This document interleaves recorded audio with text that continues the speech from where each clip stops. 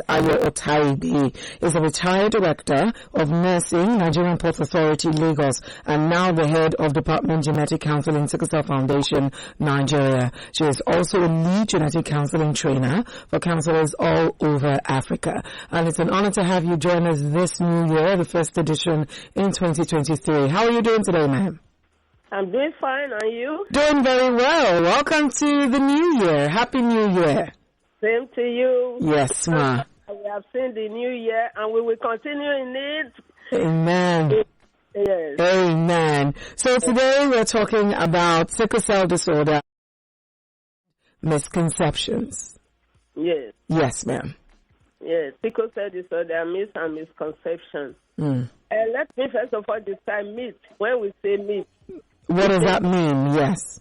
It's a widely held but false belief or idea. And if widely held but false, Okay. it's not true. Or idea, that is myth. Yes. For example, say sickle cell disorder is caused by witches and wizards. That is definitely a myth. Yes. The misconception is a view or opinion that is incorrect because it's based on faulty thinking and understanding. Yes. E.g., you can catch sickle cell and it will spread from person to person. That is an example of misconception. Okay. So this and misconception about sickle cell disorder, there are very many, but time will not permit us to talk about everything. Yes. So I will first of all ask, what is sickle cell disorder? Sickle cell disorder is an inherited disorder of the hemoglobin in the red blood cells, which occurs in any person. Hemoglobin is inside the red blood cells. A lay person can say sickle cell disorder is an inherited disorder of a red blood cell. It's still okay. Okay. But to be precise, it's the hemoglobin that carries oxygen. It's inside the red blood cells. It carries oxygen from the lungs around the body for energy, because oxygen gives us energy to do any work we want to do. So sickle cell disorder occurs in any person who has inherited sickle hemoglobin from both, sickle hemoglobin genotype from both parents. Okay. Like SS, hemoglobin SS, which we also call sickle cell anemia. Okay. Or sickle hemoglobin from one parent and another hemoglobin variant from the other parent, e.g. hemoglobin SC. You hear of hemoglobin genotype SC. Therefore, a person with sickle cell disorder is someone who has inherited two genes for variant hemoglobin, one from each parent, including at least one for hemoglobin S. Hemoglobin genotype may be SS, it may be SC, may be SD, it may be S-beta thalassemia. You know, there are many variants of hemoglobin, over 1,000 types. Yes. But these are the ones that fall under sickle cell disorder. You can't call somebody AA, I have sickle cell disorder, or AS, or AD, or AG. All those, they are not having sickle cell disorder. But one is combined with S and another variant.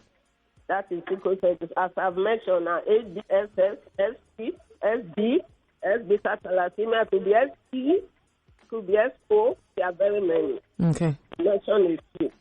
Some of these hemoglobin genotypes are not common with us in Nigeria. ADSS and ADSP are more common with us, but ADSS is more common and more severe than hemoglobin SP. Okay. All right? Okay. So there's another belief. They believe that because sickle cell, people with sickle cell disorder, they always having low hemoglobin, that's the low blood level. Yes. So many people think the blood, the shortage of blood they have, which is anemia, is caused by shortage of iron. So I'm going to explain that now. Blood tonic is what layman calls the blood tonic, but it's actually iron. Okay. although hemoglobin S is less severe than hemoglobin SS, Yes. persons with hemoglobin SS or SC or SB, etc., must adhere to the do's and don'ts of sickle cell disorder in order to maintain healthy life. Okay.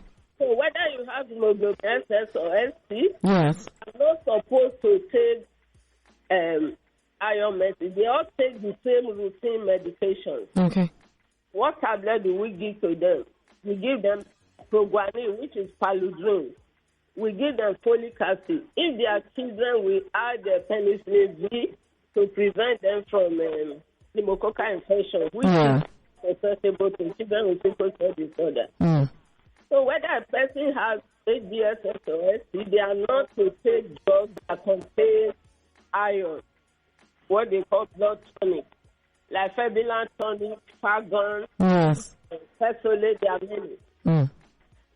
Although persons with sickle cell disorder have chronic anemia means lifelong shortage of blood. The anemia is not due to shortage of iron in their blood. It is an incorrect view or opinion or lack of understanding that makes many people think the chronic anemia persons with sickle cell disorder have is due to shortage of iron in blood. It is not so. So the anemia is due to the rapid breakdown of the red blood cells. Okay. Normal red blood cells last for 90 to 120 days. Those who don't have sickle cell disorder like AAAS, their red blood cells last for 90 to 120 days before they are broken down, and new ones are made in the red bone marrow. Okay. We all know where red bone marrow is, inside the bone. When you have to cook the meat, it is pure red, but after cooking it becomes brown. All right. Yes, ma'am. In persons with sickle cell disorder, the red blood cells last for only 10 to 20 days. You see the difference? Once it lasts 10 to 20 days, they are broken down. Okay. They are broken down so rapidly. So their red bone marrow can never make enough red blood cells to measure up with the rate at which their red blood cells are broken down. That is why they have chronic anemia, lifelong shortage of blood. Wow. Okay. So at least we have a better understanding now. You said what? I said at least now we have a better understanding. Yes, ma'am. So they are not supposed to take iron medicine. When their red blood cells are broken down, iron is stored in their body. It is not wasted. So the body reuses it. So they are never short of iron. So giving them iron medicine, iron drug. If you give them iron drug, it is harmful to them. It can cause iron overload and cause organ damage. So when I say they shouldn't take iron drugs, I mean drugs, so I don't mean food. Let me sound this clear. I don't mean food that contain iron. No. They can eat any food. But it's actually the drug you're talking about. The drug I'm talking about. Okay. Some parents during genetic counseling sessions have said, they have told us that they stop giving their children meat, unripe plantain, just to mention a few, because they were told by someone not to give their children this food because they contain iron. So it is an erroneous belief. Persons with sickle cell disorder can eat any food. Egg has iron. They can eat egg if they want to. Milk has iron. Unripe plantain, they can eat any food. But it's drug we are talking about. Because what we see every day during counseling. Now, I'm going to talk now about inheritance patterns. Because there's also myths and misconception about that. The way sickle cell is inherited, the method. Sickle cell disorder is inherited from both parents who are carriers of sickle hemoglobin, as I said earlier.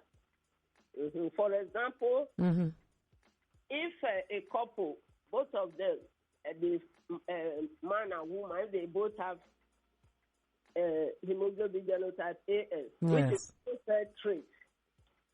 Many of these parents believe that having a child with sickle cell anemia, that is hemoglobin SS, is 1 out of 4 children. The first child will not be affected. That's belief.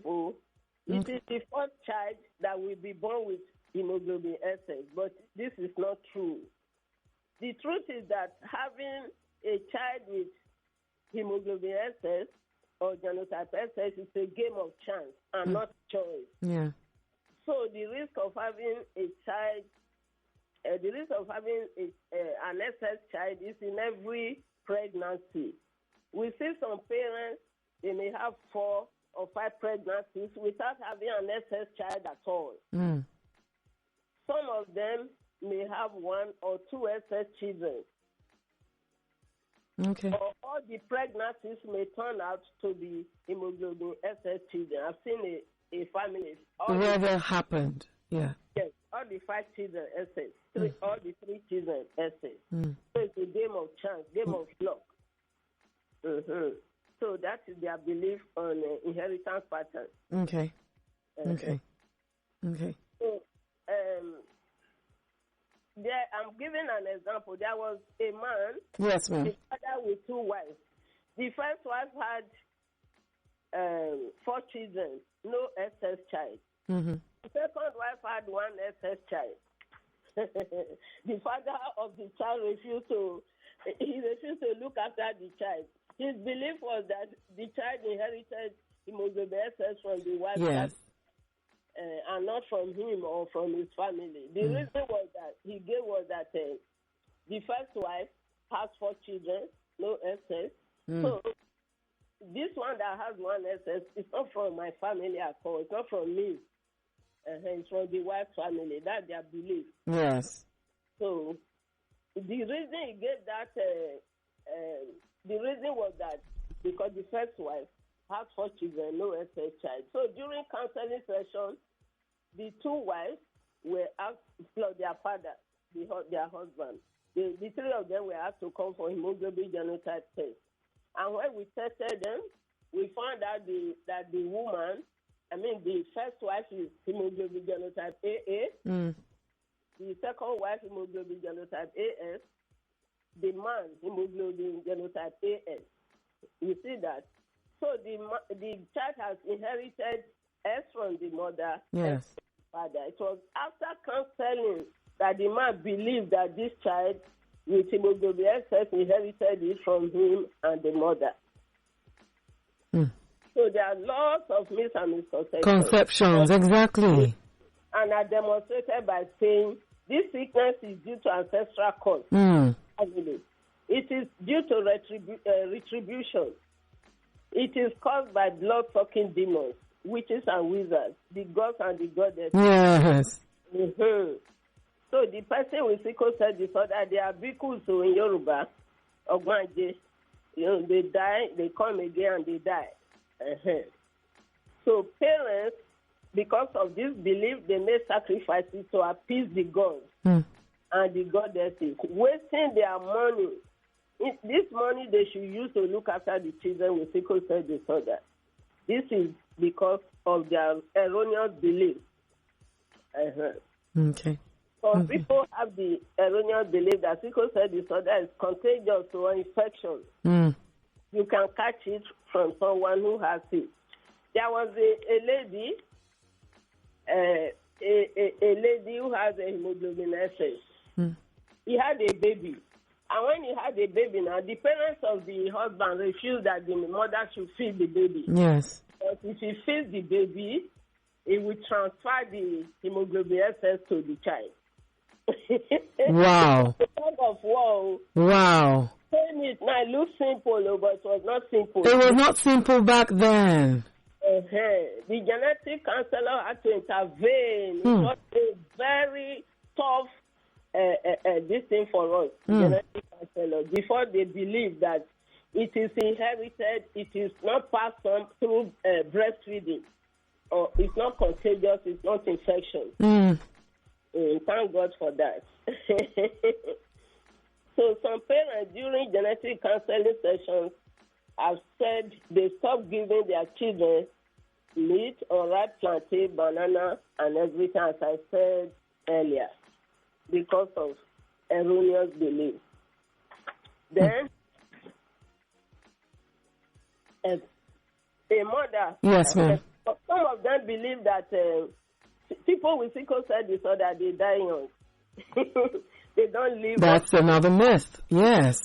If they are lucky, they can live up to 21 years. Can you imagine? A mother came for genetic counseling. Wow. So his eyes were red and swollen because he didn't sleep all night. Was waiting for death. Thank God the mother brought him for counseling at the National Sickle Cell Center, Sickle Cell Foundation. Sickle cell disorder is not a death sentence at all. With early diagnosis and good and expert management, they can live long. We have seen some of them who are 82 years. Mr. Motoya, who worked with me in Nigerian Post Authority, lived for 82 years. He was a strong member of Sickle Cell Club, Apapa. He died at the age of 82. Then we have some who are 70 years, we have 60 years, we have some who are grandparents, and yet they have sickle cell disorder. So it is not true that all of them die young. It is not true. It's absolutely not true. And that's been proven over and over again. Yes, when they are well looked after, they do well. They live a long, healthy life.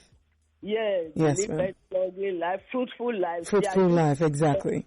Yeah, useful to themselves, useful to the society. Yes. Some people think that sickle cell people with sickle cell disorder, they don't even do well in school. But sickle cell disorder does not affect intelligence. They do well in school. We have some of them in our sickle cell club, the executive members. Most of them have sickle cell disorder: accountants, lawyers, businessmen, businesswomen. Only few of us, when we are sitting down, if you ask the vice president, Papa is a retired doctor, grandmother, 70 years old. If we all sit down, you say, point to somebody who is AA or AS here. They even look heavier than me, who is AA. Yes, that's true. Because of the care they receive, and because of God who owns life. It's God who determines who will die, who will not die. Once you know your path. Amen. Yes. Yes. And some believe too that they cannot get pregnant. Did you know that? Yes. Some people believe that as well. Yeah. Yes. That if they are pregnant, they may not be able to deliver normally. It must always be operation. Yes. That's the belief. That's why when they want to marry, they say, if my son wants to marry, I say no. Because they believe that he will not have children. But we've had people on the show who have 4 children, 5 kids, and are living very well. They are living well. Yes. So we told women, stop at 2. But I've seen some who have had 4. Gone as more. Yes. We've had a lady that had 4 kids. Yes. Yes. They've had 4, and I've seen some who have delivered normally. Pregnancy and labor, normal. Pregnancy, labor, and delivery, normal.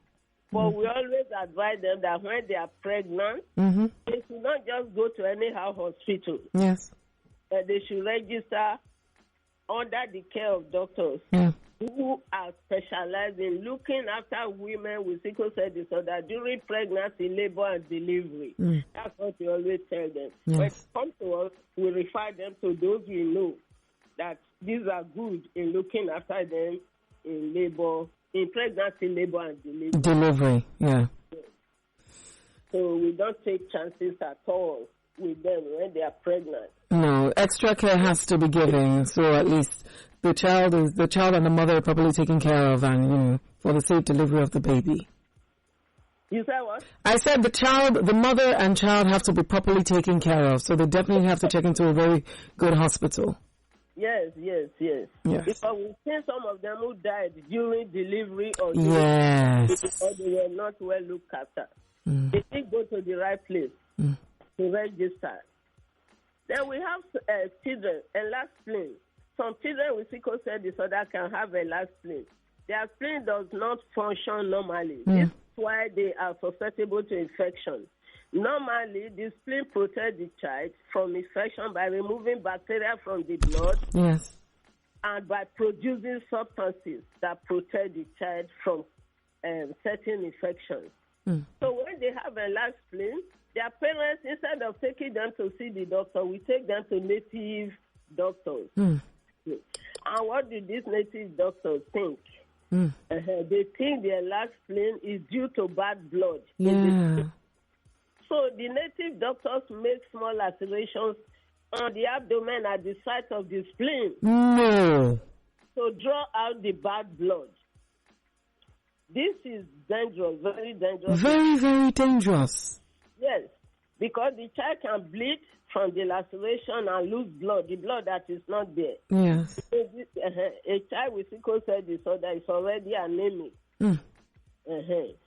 So in addition to, these lacerations can get infected by bacteria or tetanus. Yes. So this kind of practice are more common in Edo and Delta states. But do we still have practices like that now going on? It's not long. One came now. I said they went home in Edo State. The child, when he removed cloth, the whole abdomen, both sides of abdomen, not only the side of spleen, they just butchered the whole thing. Oh, dear. Everything I'm saying now is through experience, not what I read. Not what you read somewhere, something that actually happened. It's through experience. We know there are myths and misconceptions, but these are all through experience. He told me they went home, they said the last thing was bad blood. Look at the 6-year-old son, how they suffered the child, in pain and all that. And thank God, if he was infected, that would have been the end of that child. So it's what we see that we see. So and that's why programs like this are very important to enlighten and educate people, so they don't get deceived by the myths and misconceptions that we have out there about sickle cell disorder. Yes. So for those who are believed to be Ogbanjes, by the Ogbanjes in Igbo and Abiku in Yoruba, their parents make small lacerations on their faces to prevent them from dying young. They say when they make the child came with face without any mark. When they put those marks, the child will not die again. So that is their belief, but it's a false belief. And infection too can enter. You can enter that. But, ma'am, I really do apologize that I have to cut you now because we're out of time. I wish we had enough time to take all the, like we said initially when we started out, if only we had more time to talk about all the myths and misconceptions, but sadly we do have to go. But the conclusion of the matter is that all these myths and misconceptions about sickle cell disorder are tactfully dispelled during genetic counseling sessions. Yes. They are replaced with correct information. And for them to get correct information, they have to come for genetic counseling. Should I give our Facebook? Oh, yes, absolutely. Your social media handle, your number, the address, everything. Yes. The numbers plus 234 8035 84 6666. 234 81 00002003. Email info@sicklecellfoundation.com. Website www.sicklecellfoundation.com. Sickle Cell Foundation Nigeria, that is Facebook. Then Sickle Cell Nigeria, that is Twitter. Then Sickle Cell Foundation NG, that is Instagram. My number is 091 0913 734 7939. So for all the information for genetic counseling is very important because Bible says my people perish for lack of knowledge. Knowledge empowers you to do the right thing at the right time. Thank you very much. That's it today on the show. It's been fun, Emma.